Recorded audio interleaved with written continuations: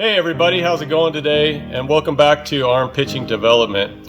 Tonight we're going to talk about curveball, and I'm going to go over some tips and ways that you can hopefully get better at throwing a curveball this year and the years to come. So curveball, first thing to note, we want to talk about 12-6 rotation curveball.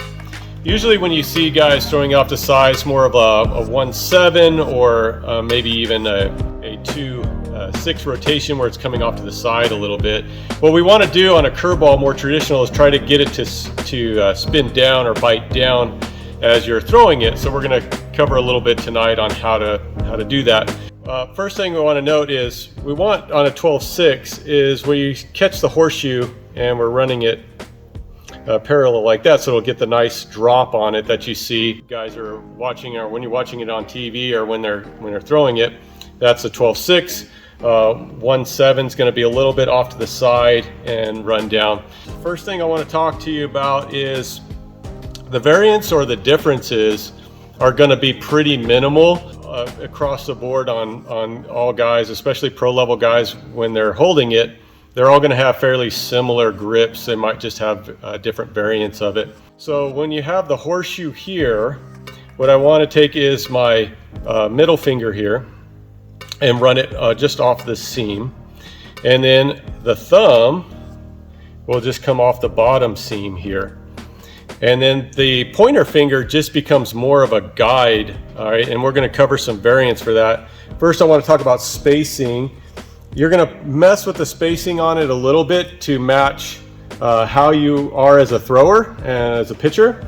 So some guys like to grip it a little bit tighter, and some guys like to grip it a little bit looser. So I want you to experiment and play with a little bit of the grips there, a tighter versus a looser grip. As far as the pointer finger goes on the ball, a variant would be, basically you don't want the pointer finger to dominate the position on the ball. You want to feel the rotation coming off of the middle finger and through the thumb. So you're going to be middle finger and thumb dominant as you're going through this pitch. So as a guide, you can do maybe a spike, you can do a lift, you can do a knuckle variation. It just depends on what you're going to be comfortable with. And then on the pinky and the other finger, I just try to tuck it down, get it right around the other seam, or just off to the side of the ball a little bit deeper here. So everybody's hand's going to be a little bit different. Everybody's grip's going to be just a little bit different, but in essence, that's where I want to be with the position of the ball. Okay, so next, when we're going to throw it, I want you first to stay true to your arm action, especially higher level guy or guy that's more experienced and trying to get a little bit more bite. What you don't want to see is to try to change your arm slot or your mechanics in the position. So if you're upper three-quarter pitcher, you want to stay a little bit better. You don't want to cock the wrist in. You want to stay more traditional fastball approach, and then keep your approach with your curveball in similarity.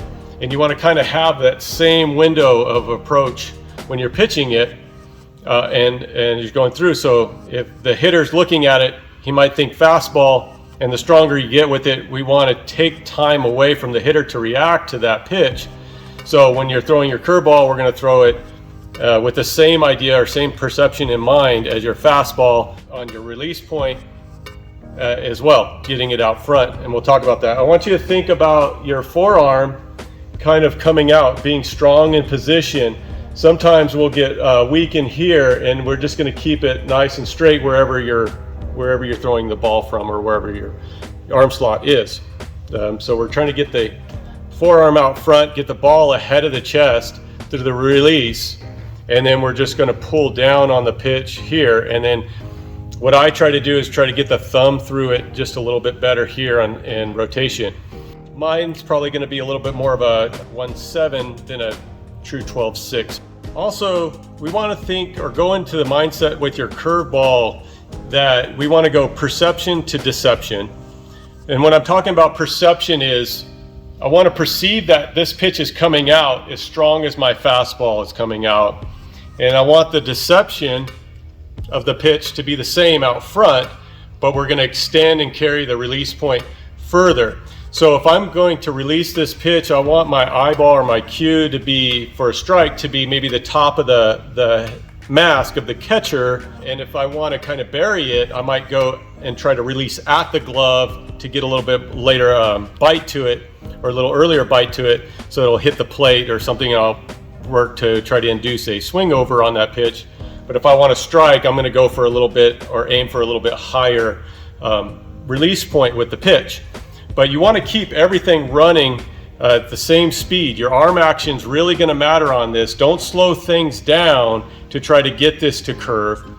Let the grip do the work for you on the release of this pitch, and let the action of the ball do its work for you versus trying to force it into action. That would be the wrong thing to do. I would say in terms of speed goes, you want to try to have it, if you're throwing it as best you can or as hard as you can, matching your fastball velocity, you're probably looking at a 12 to 15% decrease in velocity on your pitch. So if you're in that range, you're probably throwing it right. About 12 to 15% difference on the speed of the pitch. Making sure that, again, adjusting for the release points on where you want the pitch to go, and then staying behind it, keeping your chest behind the pitch, perceptually getting this pitch out front as best you can and pulling through it, and then you'll see the life or the action of the pitch come forward. So definitely you want to make sure that your spin axis is staying true to flight at a 12-6 pattern, or 1-7. My advice to you is to get out and play catch with it and try to map out and see which grips work best for you and your arm slot to get a good true 12-6 pitch, or is it a 1-7 pitch, and understand what arm slot you're from and how the pitch action is working for you.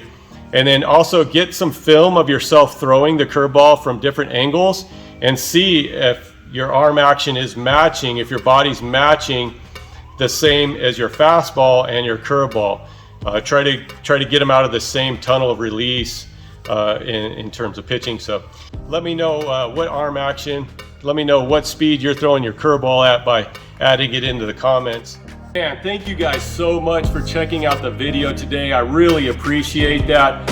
Hey, for more pitching tips, drills, exercises, and workouts, don't forget to hit the subscribe button for me. And also, if you like the content we shoot here, go ahead and give this a thumbs up. And until I shoot the next video, I look forward to seeing you next time.